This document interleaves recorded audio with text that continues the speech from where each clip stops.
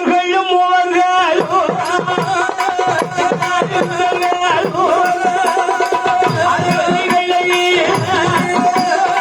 அம்மா எப்பவும்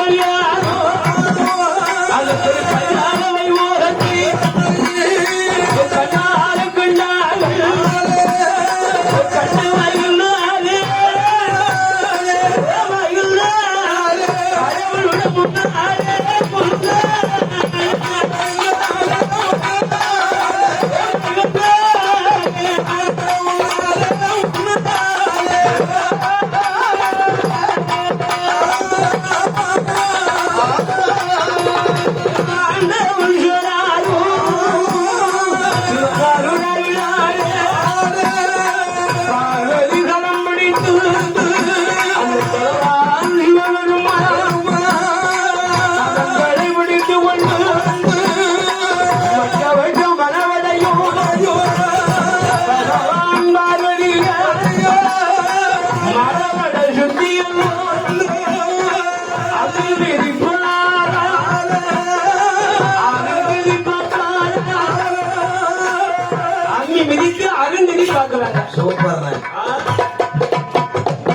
நீங்க இங்க வருவீங்க எனக்கு தெரியுமே. சரிதான்.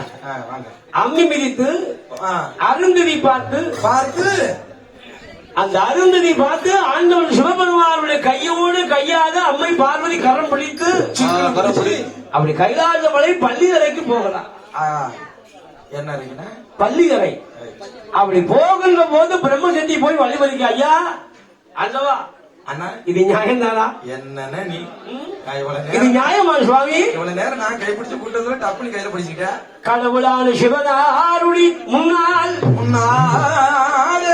பார்வதி கடைப்பிடித்தீங்களே, இது வேற இதுவரைக்கும் பிரம்மசக்தியால் நான் எவ்வளவு பாடுபட்டு இருக்கிறேன். உனக்கு தங்கச்சியா நான் எவ்வளவு பாடுபட்டு இருக்கேன். அதனால எனக்கு பணி மன்னிப்பட வேண்டும். எதையாவது கொடுத்துட்டு போ. இப்ப நமக்கு கல்யாணம் முடியும் போது பின்னாலே குழந்தையா தலைவாணி பாய சமத்துட்டு இருக்கான் சம்காலத்தை. ஆமா, எதுக்கு தெரியுமா? மச்சா ஏதாவது 100 ரூபா தருவானா 500 ரூபா தருவானா பாப்பா. அது அப்பா இப்போ டச் செல் போடணும், இல்ல ஸ்மார்ட் போன் போடணும், ஐபோன் போடணும். சும்மா அந்த கம்ப்யூட்டர் கதையெல்லாம் சொல்லக்கூடாது. 100 ரூபா 101 ரூபா எடுக்கூடாது. சரிதான். ஐபோனா இருக்கணும், ஆப்பிள் போனா இருக்கணும். என்ன போன ஆப்பிள் போனா நம்ம ஊருக்கு 200 ரூபா ஆப்பிள். நான் ஆரஞ்சு பழம் ஆப்பிள் பழம் கேட்கல.